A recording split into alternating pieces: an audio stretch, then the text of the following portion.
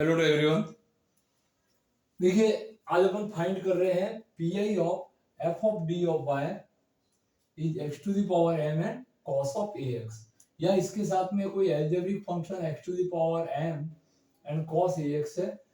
तो आइलर फॉर्मूले के अकॉर्डिंग ई की power iota A X cos A X and iota sine A X, ये इसका रियल पार्ट रहता है और ये इसका इमेजिनरी पार्ट रहता है।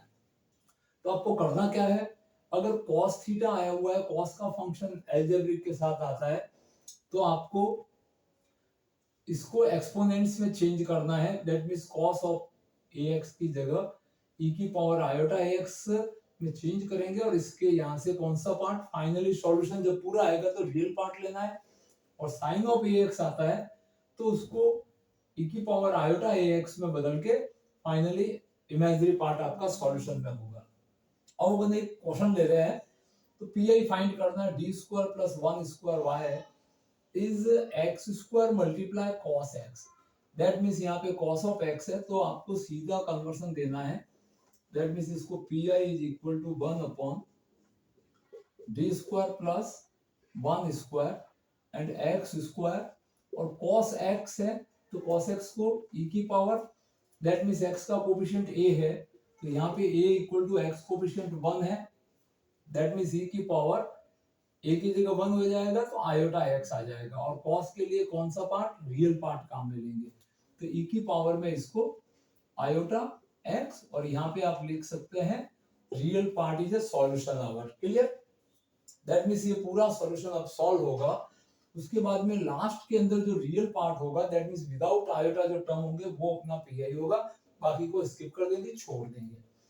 अब यहाँ पे ये दो फंक्शन हो गए, एक एल्जेब्रिक और एक e की पावर आयोटा x, मतलब एक्सपोनेंट्स हो गया। तो इसके पिछले वीडियो में आपको बताया गया था जब भी पी आई अपन को फाइंड करना हो, one upon F of D e की पावर ax के साथ में कोई भी फंक्शन bx होता है तो e raise to ax HCM रह लेता है, और f ऑफ d है, d को d प्लस a में चेंज करते हैं, मतलब e की पावर में जो x का वेरिएबल का कोफिशिएंट है d प्लस a, मतलब इसको रिप्लेस करते हैं और फिर v ऑफ x के लिए सॉल्व करते हैं। तो यहाँ पे देखते हैं तो v ऑफ x की जगह पे x स्क्वायर है और e की पावर में x का कोफिशिएंट आयोटा है, तो दैट मींस अपन d को चेंज करेंगे d प्लस आयोटा के अंदर चेंज करके इसको e आयोटा x को बाहर ले लेंगे, तो यहां से आपका पास में जो पी आई होगा e raise to iota x HCM आ जाएगा and one upon D square, that means d plus iota का स्क्वायर, एंड यहाँ पे आप लिख सकते हैं प्लस वन का अगेन स्क्वायर, और यहाँ पे सिर्फ एक्स स्क्वायर एक एल्जेब्रिक फंक्शन रहा, और एल्जेब्रिक फंक्शन के लिए अपन बाइनोमियल यूज करते हैं, बट पहले इसको थोड़ा सिंप्लीफाई कर देते हैं। तो e की power iota x into one upon, इसको a प्लस बी के स्क्वायर से अपन ओपन करेंगे तो D square plus two iota into D plus iota square and plus one and again square four X square. अब iota square का value, because iota square is equal to minus one, तो यहाँ पे e की power iota x और यहाँ पे denominator में D square plus two iota D, iota square की जगह माइनस वन हो गया, यहाँ पे प्लस वन है और इस पे स्क्वायर है और यहाँ पे एक्स स्क्वायर है। अब इसको कंटिन्यू बढ़ाते हैं तो वन से वन आपके कट जाएगा तो D square plus two iota D बचेगा और ऊपर होल स्क्वायर है, तो इसको कंटिन्यू रखते हैं।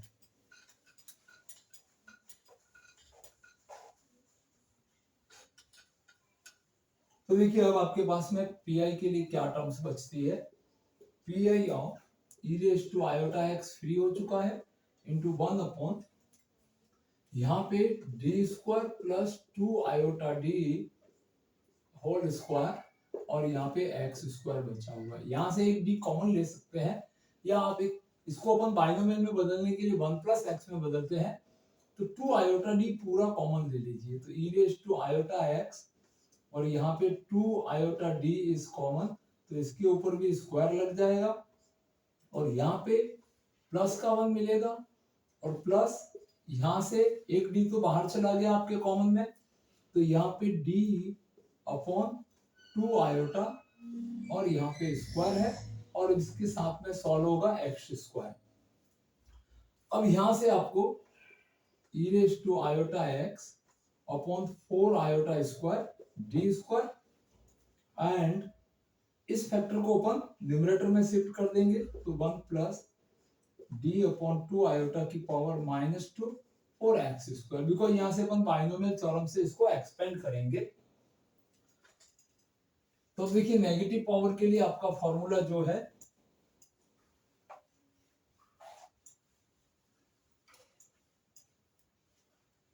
जब आप बाइनोमियल यूज करते हैं तो 1 plus X to the power minus N के लिए फॉर्मूला रहता है 1 minus N X plus N into N plus 1 upon 2 factorial and X square and so on, इस तरह से चलता है। दैट मींस n के साथ n प्लस 1 जब नेगेटिव पावर होती है तो यहाँ पे ध्यान रहे पॉजिटिव पावर में n इंटू एन माइनस 1 आता है, तो आप कंफ्यूजन ना रखना।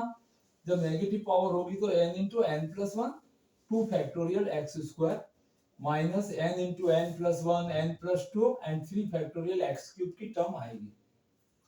तो सेम इस फॉर्मूले से अपन 1 plus D upon 2 minus 2 power के लिए इसको एक्सपेंड करेंगे तो P I is equal to, और यहाँ पे अगेन आयोटा स्क्वायर, तो आयोटा स्क्वायर का वैल्यू आपके पास -1 है और इसमें से जो सॉल्यूशन था कॉस का फंक्शन था, तो इसका कौन सा पार्ट आपके लिए सॉल्यूशन में इंक्लूड है?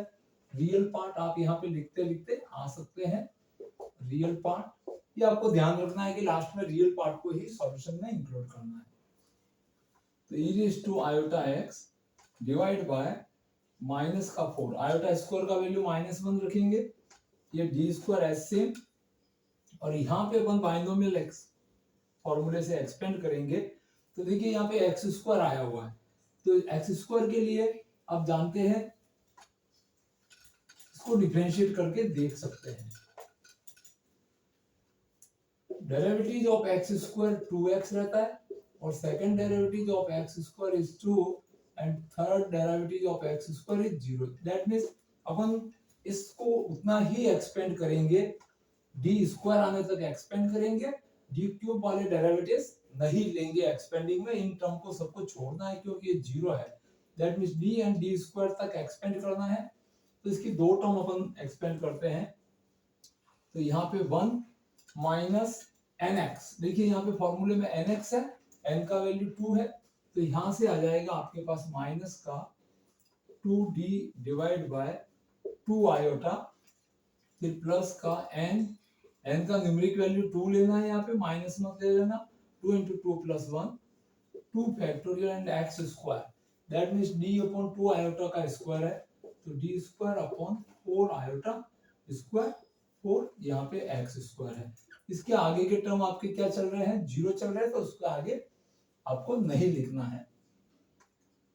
e raise to iota x upon -4d square, अब x स्क्वायर को अपन अंदर मल्टीप्लाई करा देंगे तो ये x स्क्वायर यहाँ पे 2 से 2 कैंसिल हो जाएगा, तो माइनस का 1 upon iota and derivative of x square, यहाँ पे 2 से ये 2 कैंसिल हो जाएगा और आयोटा स्क्वायर की जगह पे यहाँ पे भी -1 रख देंगे, तो यहाँ पे देखो नेगेटिव आएगा, यहाँ पे 2 and 1 3 आ जाएगा, तो माइनस का 3 डिनोमिनेटर में यहाँ पे 4 हो जाएगा and d2 of x square, and next term क्या है? सब 0 है।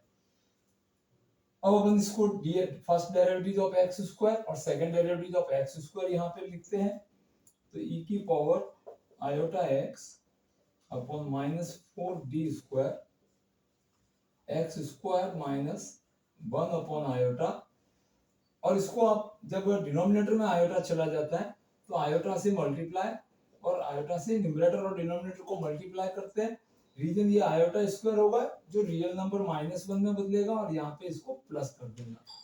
डेरिवेटिव ऑफ एक्स स्क्वायर इसके मल्टीपल में आपने 2x लिख दिया है, -3 अपॉन 4, और यहाँ पे सेकंड डेरिवेटिव इज 2, ये इसके मल्टीपल में 2 आ गया, इसके आगे आपको कोई टर्म नहीं है। अब इसको कंटिन्यू रखते हैं,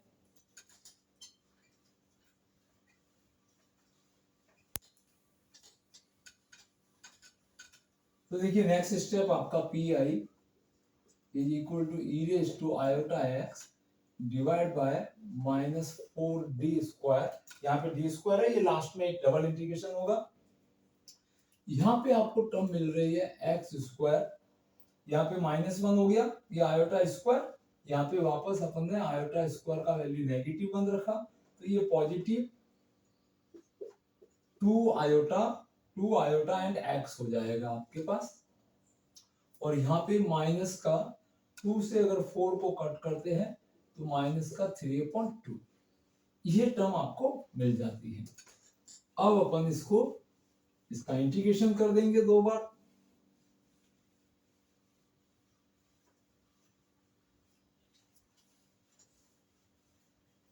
तो देखिए इसको कंटिन्यू करते जाइए। ई आयोटा एक्स का अपने वापस से इसको वैल्यू भी रख सकते हैं, that means square cos x plus iota sin x and denominator में माइनस का 4d, और यहां से एक d को लेके मैंने integration of x² plus 2 iota x minus का 3/2 एंड dx। अब इसका इंटीग्रेशन करते हैं, जो वैल्यू आएगा उसका एक बार और इंटीग्रेशन होगा, तो माइनस का 1/4 cos of x plus iota sin of x, और यहां से ये 1/d यहाँ पे और है, तो अभी भी इसका इंटीग्रेशन करके एक बार और इंटीग्रेशन करना है, तो x² का integration x³ plus 2 iota and x²/2, x का इंटीग्रेशन हो गया, और माइनस का 3/2 का 3/2 x and dx। Again integrate करिए इसको, तो माइनस का 1/4 cos of x plus iota sin of x, and इसकी इंटीग्रेशन करने के बाद में वैल्यू x4/3 इंटू 4, यहाँ पे 2 से 2 कट जाएगा, तो प्लस का iota into x³ and minus का 3/2 एंड x²/2। ये आपको टर्म मिल गया, और इसका कौन सा पार्ट है, रियल पार्ट, यहाँ पे आप लिख सकते हैं। इन सबका रियल पार्ट अपना सॉल्यूशन है। अब ये दो फैक्टर आए हैं, तो इनके मल्टीपल को इस तरह से करना है कि सिर्फ आपको रियल नंबर जहां मिलते हैं वही आपके सॉल्यूशन में है। आप चाहो तो इन दोनों फैक्टर का पूरा मल्टीप्लिकेशन ले लीजिए, फिर आयोटा कॉमन लेके आयोटा वाले टर्म अलग कर दीजिए, और नॉन आयोटा वाले टर्म है वो अलग कर दीजिए। जो विदाउट आयोटा वाले टर्म होंगे वो अपना सॉल्यूशन पीआई कहलाएगा। और डायरेक्टली अपन देख सकते हैं कि अपने को रियल पार्ट ही लेने हैं, तो देखो रियल पार्ट अपन को कहां कहां मिलेगा, उनको सबको अपन लिख देते हैं।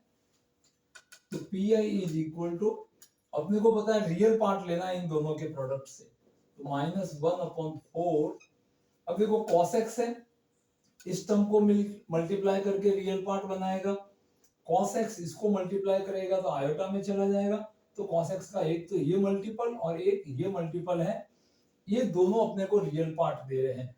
तो एक बार इनको लिख देते हैं कि cos x ने मल्टीप्लाई किया x4/12 और माइनस का 3/4 एंड x²। एक तो ये रियल टर्म मिलेगी। आयोटा sin x इस टर्म को मल्टीप्लाई करके इमेजिनरी बनाएगा, बिकॉज आयोटा है, यहाँ पे भी मल्टीप्लाई करेगा तो इमेजिनरी बना देगा। बट ये टर्म आयोटा sin x सिर्फ इस टर्म को मल्टीप्लाई करके आयोटा इंटू आयोटा स्क्वायर से आयोटा स्क्वायर बनेगी, जिसको -1 रख देंगे तो रियल में बदल जाएगा। तो इसका इस टर्म के साथ मल्टीप्लिकेशन प्लस का आयोटा स्क्वायर sin x, और यहां पे बचा हुआ है ये x³/3, ये रियल पार्ट बन जाएगा, और आयोटा स्क्वायर का वैल्यू अगेन -1। अब इसको थोड़ा और अरेंज करके लिखते हैं। ये सब रियल पार्ट ले लिया है अपन ने, दैट मींस इमेजिनरी को यहाँ पे छोड़ दिया, बिकॉज cos x की फंक्शन थी, तो अपना रियल पार्ट ही सॉल्यूशन है। अब अपना फाइनल पर्टिकुलर इंटीग्रेशन अपन लिखते हैं, तो P I is equal to -1/4। यहां से अगर आप एलसीएम लोगे तो देखिए x² कॉमन आ जाएगा, और यहाँ का एलसीएम आपका 12 बनेगा, तो x4 - 9x² आपको मिल जाएगा। तो यहां से लिखते हैं x² इज कॉमन, इन दोनों में से x² कॉमन, यहाँ पे मिल जाएगा x² - 9, और इसके डिनोमिनेटर में यहाँ पे 12 है, और इसका मल्टीपल cos x है वो यहाँ पे लिख दिया। आयोटा स्क्वायर -1 हो गया तो माइनस का x³ एंड साइन x। ये आपका पीआई आपको मिल चुका है।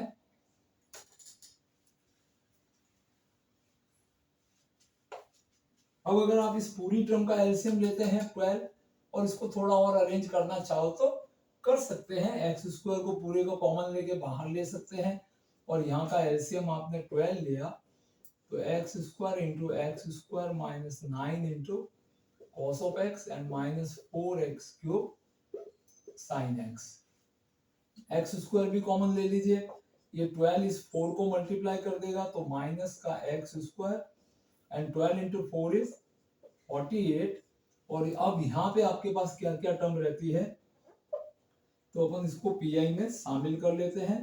Pi is X square into x square minus 9 cos of x और माइनस यहाँ से भी एक्स स्क्वायर आपने कॉमन ले लिया है तो यहाँ पे आपके पास एक्स स्क्वायर की टर्म नहीं बचेगी। X square minus 9 cos x and minus का 4 इंटू एक्स साइन एक्स। ये आपका पीआई आ चुका है।